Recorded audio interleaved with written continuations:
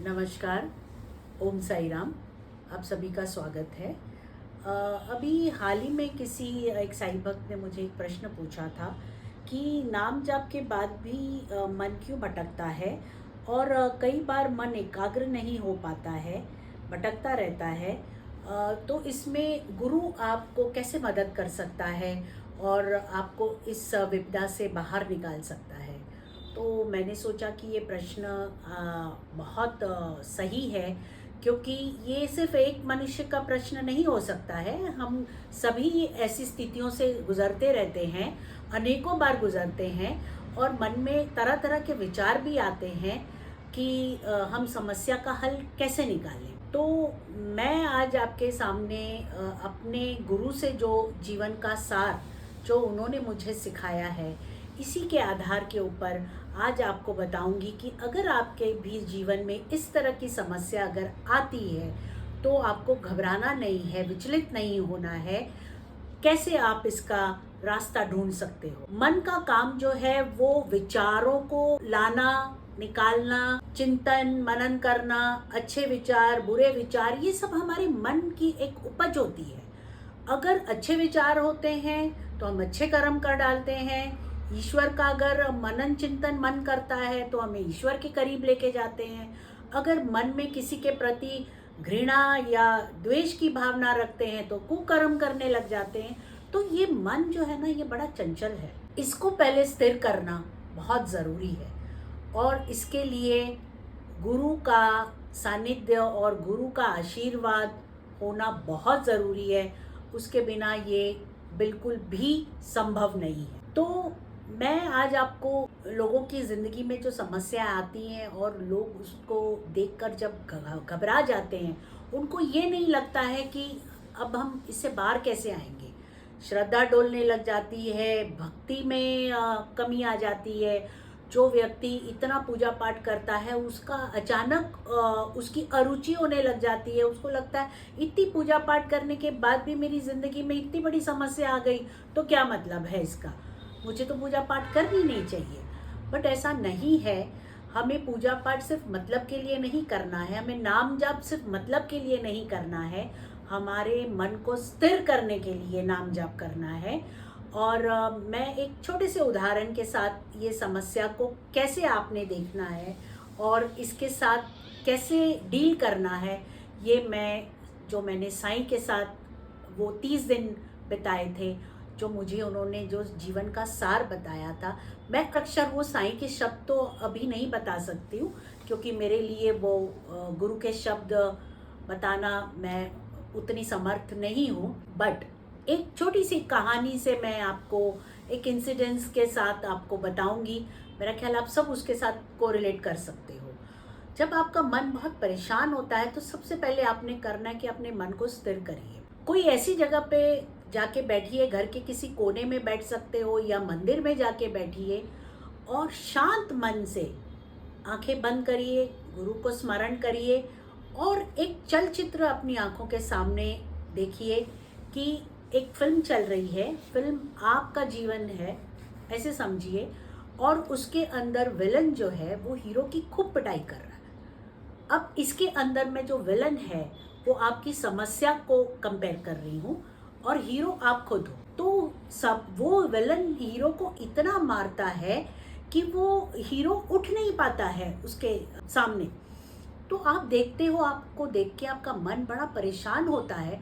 थोड़ा समय तो आप उसको सह लेते हो, उसके बाद आप परेशान हो जाते हो और आप हीरो को कहने लग जाते हो, अरे उठ, ये कोई इतना बड़ा ताकतवर आदमी नहीं है, तुम इसको मार सकते हो, इधर से मारो उधर से मारो, ये चीज़ उठा के मारो, तुम इसको जीत सकते हो, सिर्फ तुम्हें धैर्य रखना है, करेज दिखाना है।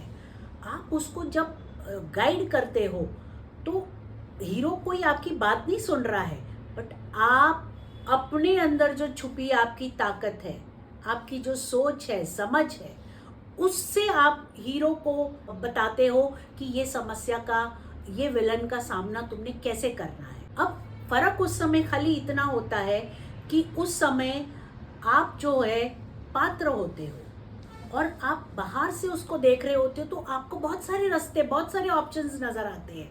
बट जब आप खुद उस समस्या का हिस्सा बनते हो, जैसे वो हीरो है, तो उसको पता ही नहीं चलता कि मैं कैसे इसका सामना करूं। तो जैसे आपके मन में ही बल है, आपके मन में ही आपकी समस्या का समाधान है, जैसे आप उस हीरो को गाइड करते हो, ऐसे आप अपना मन जब स्थिर करके अपने आप को गाइड करोगे तो आपको आपकी समस्या का हल आपके अंदर से ही मिलेगा। ये कोई बहुत बड़ी बात नहीं है, बहुत छोटी बात है, बट उन लोगों के लिए बहुत बड़ी हो सकती है जिन्होंने कभी इस चीज़ को इस तरह से महसूस नहीं किया। बस समस्या आई नहीं और लगे चिल्लाने, अरे क्या होगा, ऐसा होगा, इतने एक्सट्रीम हो जाते हैं, इतने नेगेटिव थॉट्स में चले जाते हैं कि उनको संभालना मुश्किल हो जाता है। और कई लोगों का ऐसा होता है कि इतनी बड़ी समस्या होती है बट वो बिल्कुल भी विचलित नहीं होते हैं, क्योंकि उनका मन स्थिर होता है और वो बहुत अच्छे स्थिर मन से अपने गुरु के आशीर्वाद से उसका समाधान निकाल लेते हैं और बहुत जल्दी समस्या से पार हो जाते हैं। मैंने आपको ये उदाहरण इसीलिए दिया है क्योंकि हम कई बार बहुत जो उदाहरण बड़े डिफ़िकल्ट होते हैं डे टू डे लाइफ में समझने के लिए, तो कई बार हम सिर्फ उसको उदाहरण के तौर पे ही लेकर चलते और कहते इसमें क्या सीख मिली, हमें क्या सबक मिला, हमें तो वो समझ में नहीं आया। बट जब मैंने ये आपको एक पिक्चर का दृश्य जब बताया है, हमारा जीवन भी एक चलचित्र है जिसके अंदर विलन हीरो सभी होते हैं, जैसे कि मैंने आपको अभी बताया है। तो इसमें गुरु को समर्पित करने का भाव जो मैंने बताया है, इसमें गुरु का रोल ये होता है कि जब आप कमज़ोर पड़ते हो और आपको कहीं लगता है कि कोई तो मुझे बल दे, कोई तो मेरा आत्मविश्वास ऊंचा करे, क्योंकि उस समय जो आपके साथ जुड़े हुए व्यक्ति होते हैं, जो आपके परिवारजन के होते हैं, जो आपकी समस्या में सहभागी होते हैं, वो भी थोड़ी देर के लिए डगमगा जाते हैं, कमज़ोर पड़ जाते हैं, वो भी शायद आपको मार्गदर्शन करने में असमर्थ होते हैं, नहीं कर पाते हैं। तो आपको अपने गुरु को उस समय आपको गुरु का दरवाज़ा खटखटाना है, ना कि किसी लोगों के पास जाके सलाह मांगनी है। लोगों से सलाह लेना कोई बुरी बात नहीं है, बेशर्त वो सलाह देने वाला खुद इतना सक्षम और बुद्धिमान हो कि आपकी समस्या को समझ सके और आपको सही मार्ग दिखा सके, जो कि आज के समय में बहुत मुश्किल है, क्योंकि हर कोई अपनी अपनी समस्या में इतना ज़्यादा उलझा हुआ है कि उसको लगता है यार मेरी समस्या ख़त्म नहीं हो रही है तो मैं तुम्हें क्या मार्गदर्शन दूँ। तो इससे अच्छा है कि अपने गुरु के दरवाजे पे दस्तक दीजिए और गुरु को पुकारिए और गुरु के सामने बैठ के अपनी समस्या का हल ढूंढिए। उसको कहिए कि गुरु मेरी ये समस्या है, मैं यहाँ पे आके अटक गया हूँ, प्लीज़ मेरा मार्गदर्शन करिए। आप देखोगे गुरु एक क्षण नहीं लगाएगा और आपके साथ हो जाएगा। आप भटकोगे बहुत, ये भटकना जो होता है एक मनुष्य का एक स्वभाव होता है, हर इंसान भटकता है। भटकना कोई बुरी बात नहीं है, बट बहुत समय तक भटकना और भटकते रहना ये गलत है। तो इसमें आपको अपने गुरु का हाथ पकड़े रखना है। आप भटक भी रहे हो फिर भी गुरु का हाथ पकड़े रखो। गुरु जब देखेगा कि मेरा हाथ पकड़ने के बाद भी इसका मन स्थिर नहीं हो रहा है, तो वो सबसे पहले आपका मन स्थिर करने की कोशिश करेगा, आपको शांत करने की कोशिश करेगा। और ये कला मेरा ख्याल है सिर्फ अपने गुरु में ही होती है, क्योंकि वो ही आपको अंदर बाहर अच्छे से जानता है कि आपको कैसे शांत किया जाए। जैसे एक बच्चा अपनी माँ का हाथ पकड़ के रास्ते पे, एक अनजान रास्ते पे चल रहा है, बच्चे को नहीं मालूम है कि ये रास्ते में क्या क्या तकलीफ़ें आ सकती हैं, बट माँ को पता है कि ये रास्ते में क्या तकलीफ़ आ सकती है और माँ शायद दूर तक देख सकती है कि ये रास्ता कुछ उबड़ खाबड़ है, तो वो बच्चे को पहले ही सतर्क कर देती है कि बेटा संभल के चलना, आगे गड्ढा है, ध्यान से कहीं गिर ना जाना। ऐसे ही जो हमारी गुरु माँ है वो बहुत दूर तक देख सकती है हमारी जीवन की आने वाली समस्या कहाँ तक हमको लेके जाएगी, और उसका आपको समाधान भी वही देंगी, आपको सतर्क करेंगी कि बेटा ज़्यादा दूर नहीं जाना है, थोड़ी ही दूर मेरे साथ चल, तेरी समस्या का हल वहीं हो जाएगा। बट इसके लिए गुरु के चरणों में समर्पित होना और उसको पूरी श्रद्धा से महसूस करना, ये बहुत ज़रूरी है। जब तक आप उसको समर्पित नहीं होगे, वो आपको क्या मार्गदर्शन दे रहा है, आपको क्या कह रहा है, आप उसको सुन नहीं पाओगे। हम इतने नसीब वाले नहीं हैं कि हमारे सामने प्रत्यक्ष गुरु आके खड़ा होके कह दे, अच्छा तेरी ये प्रॉब्लम है, ये ले, ये उसका उत्तर है। हमें अपने मन को जब हम स्थिर रखेंगे, मन को एकाग्र करके रखेंगे, तो आप गुरु की आवाज़ भी सुन सकते हो। गुरु के उत्तर देने के बड़े अनेक तरीके हैं। वो किसी बच्चे के मार्फत भी कुछ ऐसी बात आपके सामने बच्चा कर देगा कि आप कहोगे कि अरे यही मेरे प्रश्न का उत्तर था। या आप कोई ऐसी किताब पढ़ रहे हो, उसकी पंक्ति में कुछ ऐसी आपको बात पढ़ने में आ जाएगी, आप कहोगे कि अरे यही मेरा तो उत्तर है। तो आपको कई बार गुरु बहुत अनेक रास्तों से उत्तर देते हैं, बट अगर आपकी चेतन मन जो है वो अगर परेशान है, तो आप ये सब जो इंडिकेशन गुरु दे रहा है आपको, आप नहीं समझ सकते हो।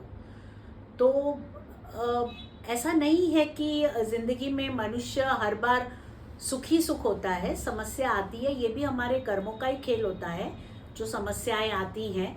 तो इसमें हमें सिर्फ और सिर्फ ये लेके चलना है कि समस्या को ये कहना है कि तुम इतनी बड़ी नहीं हो, तुम इतनी भयानक नहीं हो, मेरा गुरु तुम्हारे से बड़ा है और वो ही मुझे बल देगा, वो ही इसका निवारण करेगा और मैं इससे पार हो जाऊंगी। ऐसे अपने मन को समझाने से ही अपना मनोबल ऊंचा होता है और हम गलत रास्ते पे नहीं पड़ते हैं।